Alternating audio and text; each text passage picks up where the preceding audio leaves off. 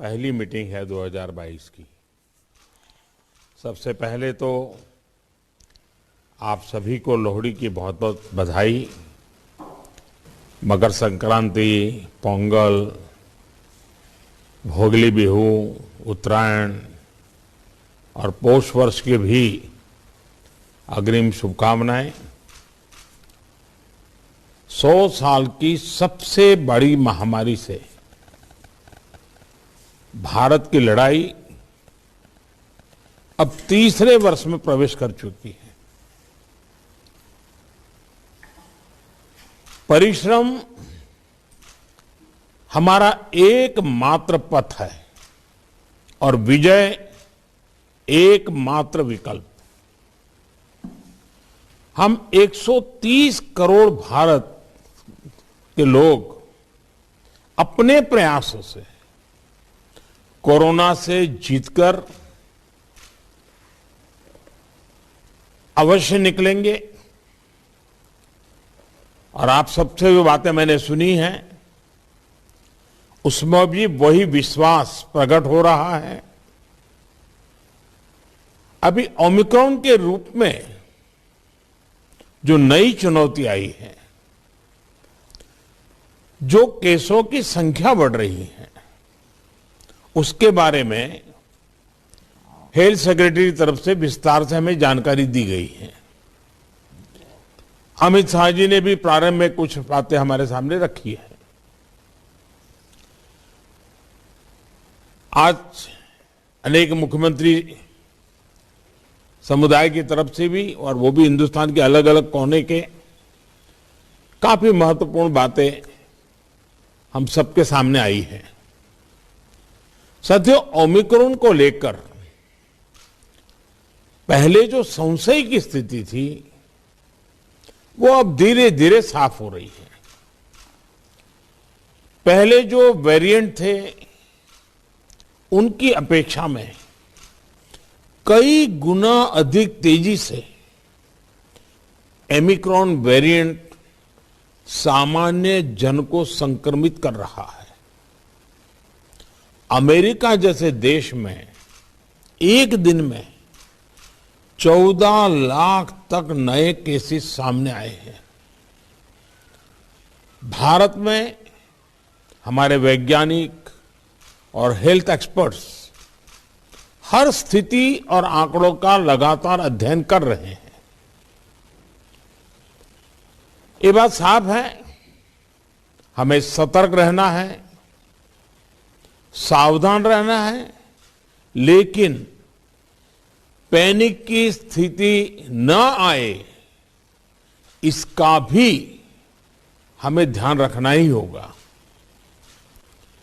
हमें ये देखना होगा कि त्योहारों के इस मौसम में लोगों की और प्रशासन की अलर्टनेस कहीं से भी कम न पड़े। पहले केंद्र और राज्य सरकारों ने जिस तरह प्रिएम्प्टिव, प्रोएक्टिव और कलेक्टिव अप्रोच अपनाई है, वही इस समय की जीत का मंत्र है। कोरोना संक्रमण को हम जितना सीमित रख पाएंगे, परेशानी उतनी ही कम होगी। हमें जागरूकता के फ्रंट पर साइंस आधारित जानकारियों को बल देने के साथ ही अपने मेडिकल इंफ्रास्ट्रक्चर को, मेडिकल मैन पावर को स्केल अप करते ही रहना पड़ेगा। साथियों, दुनिया के अधिकतर एक्सपर्ट्स का कहना है कि वेरिएंट चाहे कोई भी हो, कोरोना से लड़ने का सबसे कारगर हथियार वैक्सीन ही है। भारत में बनी वैक्सीन तो दुनिया भर में अपनी श्रेष्ठता सिद्ध कर रही है।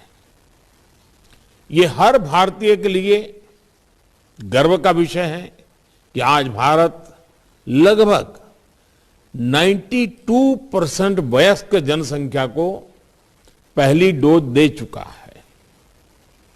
देश में दूसरी डोज की कवरेज में भी 70% के आसपास पहुंच चुके हैं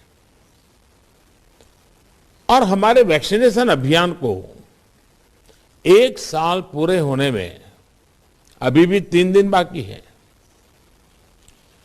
10 दिन के भीतर ही भारत अपने लगभग 3 करोड़ किशोरों का भी टीकाकरण कर चुका है।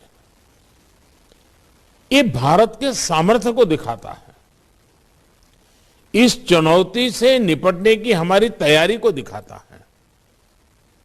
आज राज्यों के पास पर्याप्त मात्रा में वैक्सीन उपलब्ध है।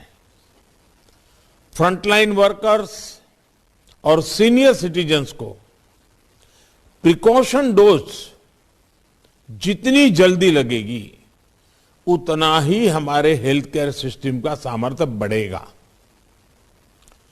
100% टीकाकरण के लिए हर घर दस्तक अभियान को हमें और तेज करना है। मैं आज अपने उन हेल्थ केयर वर्कर्स, हमारी आशा बहनों का भी अभिनंदन करता हूं जो मौसम की कठिन परिस्थितियों के बीच वैक्सीनेशन अभियान को गति देने में जुटे हैं। साथियों, टीकाकरण को लेकर भ्रम फैलाने की किसी भी कोशिश को भी हमें टिकने नहीं देना है। कई बार हमें यह सुनने को मिलता है कि टीके के बावजूद संक्रमण हो रहा है तो क्या फायदा। मास्क को लेकर भी ऐसी अफवाहें उड़ती हैं कि इससे लाभ नहीं होता। ऐसी अफवाहों को काउंटर करने की बहुत जरूरत है। साथियों, कोरोना से इस लड़ाई में हमें एक और बात का बहुत ध्यान रखना होगा। अब हमारे पास कोरोना से लड़ाई का 2 साल का अनुभव है। देशव्यापी तैयारी भी है। सामान्य लोगों की आजीविका, आर्थिक गतिविधियों को कम से कम नुकसान हो, अर्थव्यवस्था की गति बनी रहे, कोई भी रणनीति बनाते समय हम इन बातों को जरूर ध्यान में रखें। ये बहुत आवश्यक है और इसलिए लोकल कंटेनमेंट पर ज्यादा फोकस करना बेहतर होगा। जहां से ज्यादा केस आ रहे हैं, जहां ज्यादा से ज्यादा और तेजी से टेस्टिंग हो, ये सुनिश्चित करना भी आवश्यक है। इसके अलावा हमें यह भी सुनिश्चित करना होगा कि होम आइसोलेशन में ही ज्यादा से ज्यादा ट्रीटमेंट हो सके। इसके लिए होम आइसोलेशन से जुड़ी गाइडलाइंस को, प्रोटोकॉल को, उसे फॉलो करना और स्थितियों के अनुसार इंप्रूवाइज करना भी बहुत जरूरी है। होम आइसोलेशन के दौरान ट्रैकिंग और ट्रीटमेंट की व्यवस्था जितनी बेहतर होगी उतना ही अस्पतालों में जाने की आवश्यकता कम होगी। संक्रमण का पता चलने पर लोग सबसे पहले कंट्रोल रूम में संपर्क करते हैं। इसलिए उचित रिस्पांस और फिर मरीज की लगातार ट्रैकिंग कॉन्फिडेंस बढ़ाने में बहुत मदद करती है। मुझे खुशी है कि कई राज्य सरकार इस दिशा में बहुत अच्छी तरह नए नए इनोवेटिव प्रयास भी कर रही है, प्रयोग भी कर रही है।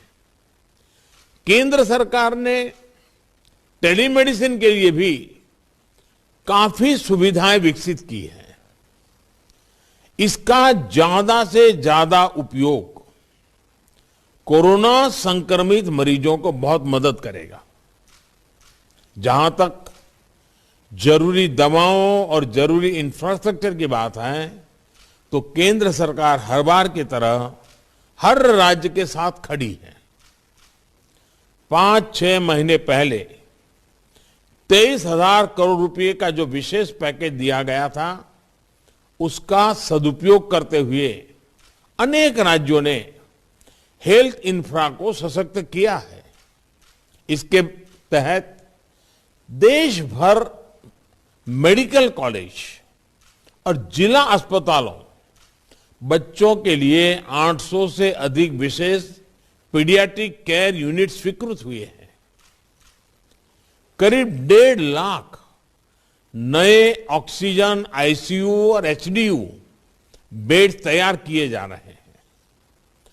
5,000 से अधिक विशेष एम्बुलेंस और 950 से अधिक liquid medical oxygen storage tank की कैपेसिटी जोड़ी है। इमरजेंसी इंफ्रास्ट्रक्चर की कैपेसिटी को बढ़ाने के लिए ऐसे अनेक प्रयास हुए हैं, लेकिन हमें इस इंफ्रास्ट्रक्चर का विस्तार करते रहना है। कोरोना को हराने के लिए हमें अपनी तैयारियों को कोरोना के हर वेरिएंट से आगे रखना होगा। ओमिक्रॉन से निपटने के साथ ही हमें आने वाले किसी और संभावित वेरिएंट के लिए भी अभी से तैयारी शुरू कर देनी है। मुझे विश्वास है हम सभी का आपसी सहयोग, एक सरकार का दूसरी सरकार के साथ समन्वय कोरोना से लड़ाई में देश को ऐसी ही ताकत देता रहेगा। एक बात हम भली भांति जानते हैं, हमारे देश में एक हर घर में ये परंपरा है, जो आयुर्वेदिक चीजें हैं, जो काढ़ा वगैरह पीने की परंपरा है, इस सीजन में उपकारक है। इसको कोई मेडिसिन के रूप में नहीं कहता है, लेकिन उसका उपयोग है।